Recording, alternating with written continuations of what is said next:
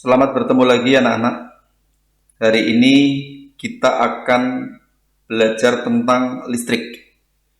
Listrik tidak asing lagi bagi kita semua, karena sebagian besar alat-alat menggunakan energi listrik. Pertama yang akan kita pelajari bersama adalah listrik statis, kemudian dilanjutkan dengan pembahasan soal yang berhubungan dengan hukum Coulomb. Kelistrikan terbagi dua. Yang pertama adalah listrik statis atau elektrostatis, yaitu muatan listrik yang diam. Contohnya adalah batang plastik bila kita gosok dengan kain wol, setelah digosok menjadi bermuatan listrik. Buktinya, kalian dekatkan batang plastik pada rambut yang kering, maka rambut yang kering tersebut akan mendapat gaya listrik berupa gaya tarik, sehingga rambut akan tertarik oleh batang plastik yang telah digosok tadi. Contoh listrik statis yang lain adalah awan di angkasa. Awan di angkasa selalu bergerak bergesekan dengan udara. Akibatnya, awan menjadi bermuatan listrik. Muatan listrik inilah yang menyebabkan terjadinya petir. Kemudian yang kedua adalah listrik dinamis atau elektrodinamis, yaitu muatan listrik yang bergerak. Contohnya adalah aliran listrik pada alat-alat listrik, seperti bor listrik, kipas angin, dan lain-lain. Untuk membuktikan, kalian bisa mencoba menggosok penggaris plastik dengan kain wol atau dengan rambut yang kering. Setelah itu, dekatkan penggaris plastik pada serpihan kertas kecil, seperti tampak pada gambar. Nanti serpihan-serpihan kertas tersebut akan terangkat ke atas. Ini membuktikan adanya gaya listrik. Atom berkaitan erat dengan listrik. Atom tersusun atas proton, elektron, dan neutron. Telah kita ketahui bahwa atom terdiri atas inti yang di dalamnya terdapat proton dan neutron. Sedangkan elektron bergerak mengelilingi inti seperti tampak pada gambar. Elektron-elektron ini mudah berpindah dari satu atom ke atom lainnya. Ini yang menyebabkan atom menjadi bermuatan listrik. Ada 3 jenis atom. Yang pertama adalah atom netral. Atom dengan jumlah proton sama dengan jumlah elektron. Contohnya adalah atom Na, H, Cl, Mg. Yang berikutnya adalah ion. Ion ada 2, yaitu ion positif dan ion negatif. Ion positif atau atom positif disebut juga kation, yaitu atom dengan jumlah proton lebih banyak daripada jumlah elektron, atau atom yang kekurangan elektron. Contoh H+, Na+, K+, dan Ca+. Yang ketiga, ion negatif atau atom negatif, disebut juga anion, yaitu atom dengan jumlah elektron lebih banyak daripada jumlah proton, atau atom yang kelebihan elektron. Contohnya adalah Cl-, OH-, dan Br-. Ada 2 jenis muatan listrik, yaitu muatan positif dan muatan negatif. Cara memberi muatan listrik, yang pertama adalah menggosok, yang kedua menyentuhkan pada benda lain yang bermuatan listrik atau konduksi, yang ketiga adalah induksi. Cara menggosok. Batang plastik, bisa juga ebonit, jika digosok dengan kain wol, maka batang plastik atau ebonit menjadi bermuatan negatif. Mengapa demikian? Karena menerima elektron. Dari mana elektronnya? Dari kain wol. Jadi kain wol bermuatan positif karena kehilangan elektron. Yang kedua, batang kaca digosok dengan kain sutra. Yang terjadi adalah batang kaca bermuatan positif karena kehilangan elektron. Elektron dari batang kaca ini pindah ke kain sutra. Kain sutra menjadi bermuatan negatif karena menerima elektron. Ebonit merupakan jenis karet yang sangat keras, banyak dipakai sebagai bahan isolasi listrik, roda karet, peralatan teknik, alat-alat olahraga seperti bola bowling, barbel, dan peralatan rumah tangga. Ini adalah gambar penggunaan ebonit. Interaksi dua benda bermuatan listrik. Dua buah muatan listrik yang sejenis jika berdekatan akan terjadi gaya tolak menolak.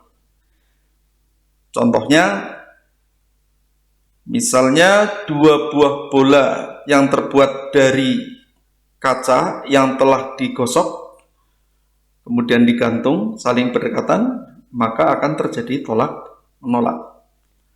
Demikian juga pada batang plastik. Dua muatan listrik yang tidak sejenis jika berdekatan akan tarik-menarik.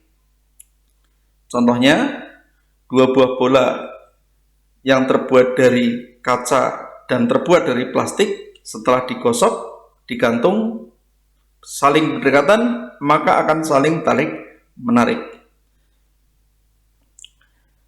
Berikutnya, Charles Augustin Coulomb menyatakan bahwa besar gaya tarik-menarik atau tolak-menolak antara dua buah benda bermuatan listrik sebanding dengan besar muatan masing-masing benda dan berbanding terbalik dengan kuadrat jarak kedua benda. Pernyataan ini dikenal dengan hukum Coulomb. Hukum Coulomb dapat ditulis dalam bentuk persamaan F sama dengan K Q1 Q2 per R kuadrat. F itu adalah gaya tarik ataupun gaya tolak. Dua buah benda yang bermuatan sejenis pada jarak R akan terjadi gaya tolak menolak, arahnya adalah menjauh. Sedangkan bila tarik menarik, arah gaya adalah saling mendekat. F sama dengan gaya Coulomb atau elektrostatis, satuannya Newton, sedangkan K merupakan konstanta yang besarnya adalah 9 kali 10 pangkat 9 Newton meter kuadrat per Coulomb kuadrat. Q1 dan Q2 merupakan besar muatan benda 1 dan 2, satuannya Coulomb, sedangkan R adalah jarak kedua muatan, satuannya meter. Satuan muatan listrik. Dalam sistem internasional, satuan muatan listrik adalah Coulomb, disingkat C. Namun, ada satuan yang lebih kecil lagi, yaitu milicoulomb, sama dengan 10 pangkat min 3 Coulomb, mikrocoulomb, 10 pangkat min 6 Coulomb, nanocoulomb, 10 pangkat min 9 Coulomb. Adanya bilangan 10 berpangkat ini, maka kalian harus ingat kembali aturan matematika. 10 pangkat A kali 10 pangkat B sama dengan 10 pangkat A ditambah B. Berikut contohnya, 10 pangkat A dibagi 10 pangkat B sama dengan 10 pangkat A dikurangi B. Berikutnya, 10 pangkat A dipangkatkan lagi dengan B sama dengan 10 pangkat A kali B. Sudah saya berikan contohnya, mohon untuk dipahami kembali.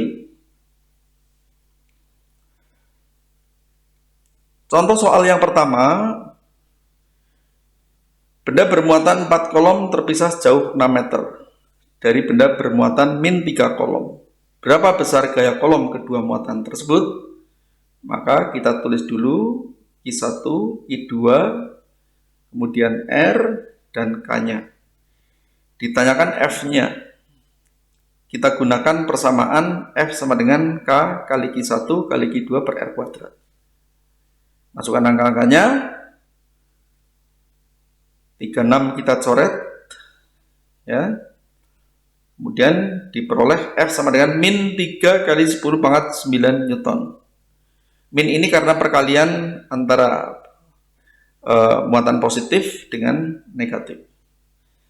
Sehingga gaya yang terjadi adalah gaya tarik. Besarnya adalah 3 kali 10 pangkat 9 Newton. Berikutnya,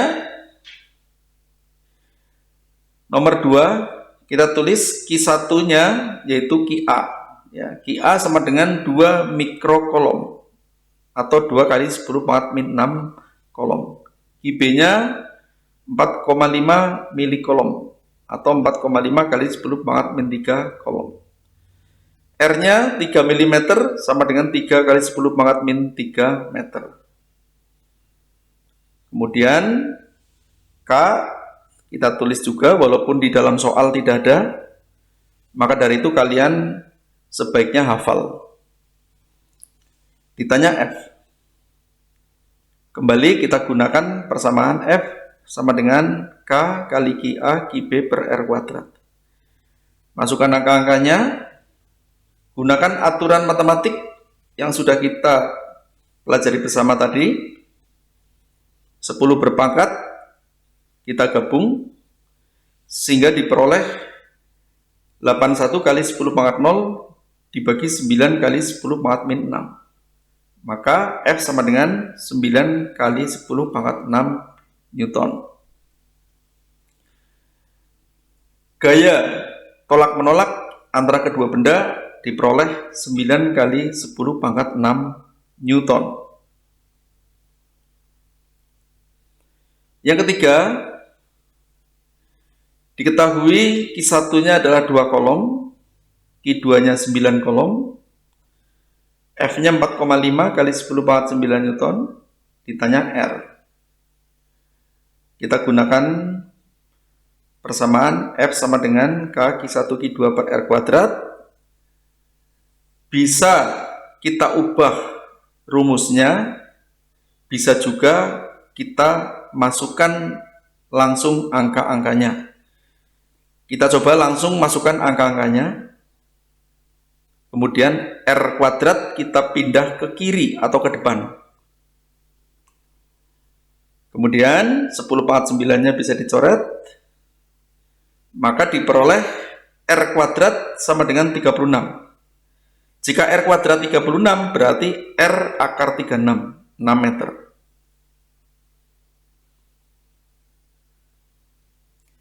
Soal yang keempat. Dua buah muatan saling berinteraksi dengan gaya F. Jika jarak kedua muatan diubah menjadi setengah kali jarak mula-mula, berapa besar gaya interaksinya? Berdasarkan soal, diketahui F1-nya sama dengan F. R2-nya setengah R1. Ditanya F2. Kemudian, kita gunakan rumus F sama dengan K Q1 Q2 per R kuadrat. Q1 dan Q2 kita abaikan saja, karena yang ada diketahui hanya F dan R saja. Sehingga F dengan R itu berbanding terbalik kuadrat. Kalau kita tulis F2 per F1, berarti R1 kuadrat dibagi R2 kuadrat. Kuadratnya kita pisah, F1-nya diganti F, R2-nya diganti setengah R1, R1-nya kita coret, 1 dibagi setengah 2, maka F2 menjadi 2 kuadrat F, atau F2 sama dengan 4F.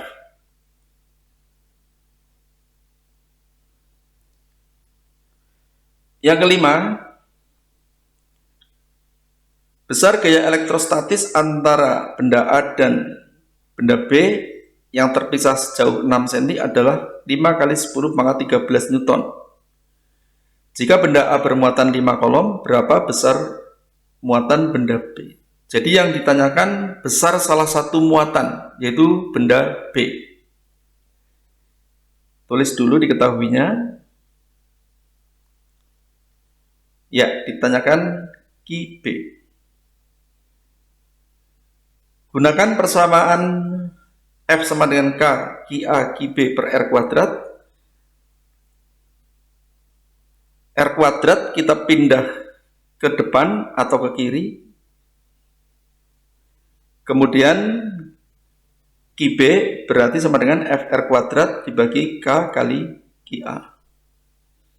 Masukkan angka-angkanya. Bilangan berpangkat kita padukan. Sehingga dengan mencoret 5 akan diperoleh 36 kali 10 pangkat 9 dibagi 9 kali 10 pangkat 9. 10 pangkat 9-nya kita coret juga. Ki B diperoleh hasilnya adalah 4 Newton.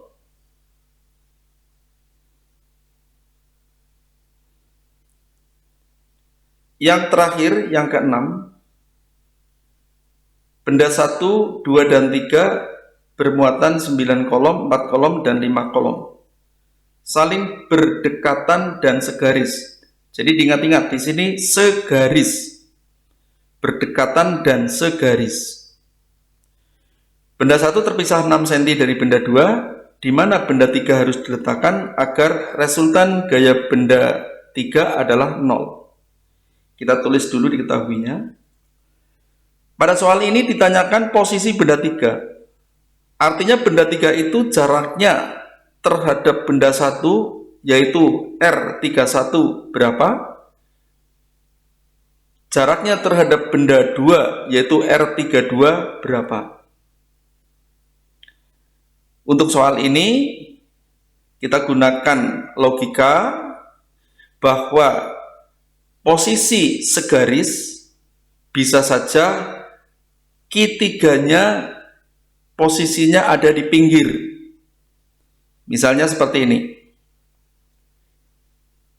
Kebetulan ada di pinggir kanan benda 2. Ketiganya adalah sejenis bermuatan positif. Maka antara benda 1 dengan benda 3 terjadi gaya tolak F31. F31 kalau kita gambarkan pada benda 3 karena gaya tolak arahnya ke kanan. Berikutnya benda 2 dengan 3 juga tolak menolak, besarnya F32.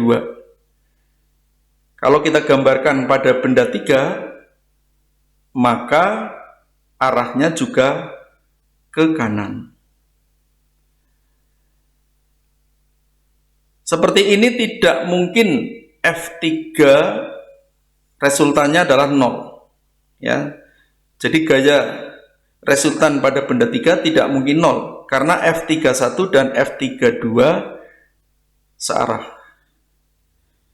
Maka kita gunakan kemungkinan yang kedua yaitu benda 3 bukan di pinggir tetapi berada di antara benda 1 dan 2, seperti tampak pada gambar. Gaya tolak menolak antara benda 1 dengan 3, F31, kalau kita gambarkan pada benda 3, arahnya ke kanan. Gaya tolak menolak antara benda 3 dengan benda 2, F32, kalau kita gambarkan pada benda 3, arahnya ke kiri. Nah, kemungkinan yang kedua ini yang bisa kita pakai. Karena jika F31 besarnya sama dengan F32, maka resultan gaya yang bekerja pada benda 3 adalah 0. Saya gambar kembali, lengkap dengan jarak. dan juga arah gaya. F31 sama dengan F32. F31 tentunya adalah kaki 3 Q1 per R31 kuadrat. F32 tentunya adalah kaki 3 Q2 per R32 kuadrat. Di sebelah kiri sama dengan ada K Q3, di sebelah kanan juga ada K Q3. Kita coret saja. Kemudian kalian lihat gambar R32 itu besarnya sama dengan 6 dikurangi R31. R32 sama dengan 6 dikurangi R31. Kita masukkan ke dalam persamaan. Kemudian Q1, Q2 juga kita masukkan. Setelah itu sebelah kiri sama dengan kita akar, sebelah kanan sama dengan juga kita akar. Sehingga diperoleh 3 per R31 sama dengan 2 per 6 dikurangi R31. Adakan perkalian silang R31 kali 2. Sedangkan 3 dikalikan 6 dikurangi R31. Yang ada di dalam kurung kita kalikan dengan 3, maka diperoleh 2R31 sama dengan 18 min 3R31. R31 kita gabung jadi 1. Yang di kanan kita pindah ke kiri sehingga min berubah jadi plus. Sehingga 2 ditambah 3 menjadi 5. 5R31 sama dengan 18. R31 18 dibagi 5. Ketemunya adalah 3,6 cm. Setelah ketemu R31, kita bisa mencari R32, yaitu menggunakan R32 sama dengan 6 dikurangi R31. Masukkan R31 3,6 sehingga R32 sama dengan 6 dikurangi 3,6. Ketemunya 2,4 cm. Demikian anak-anak, kita telah belajar tentang listrik statis, termasuk soal-soal hukum kolom. Jika masih belum jelas, silakan diulangi lagi dari depan sampai betul-betul jelas, sampai betul-betul paham. Setelah itu, kalian bisa berlatih mengerjakan soal yang sudah saya siapkan. Ada 6 soal. Bisa kalian coba. Semoga apa yang sudah kita bahas bersama bermanfaat bagi kita semua. Terima kasih. Sampai ketemu di lain kesempatan.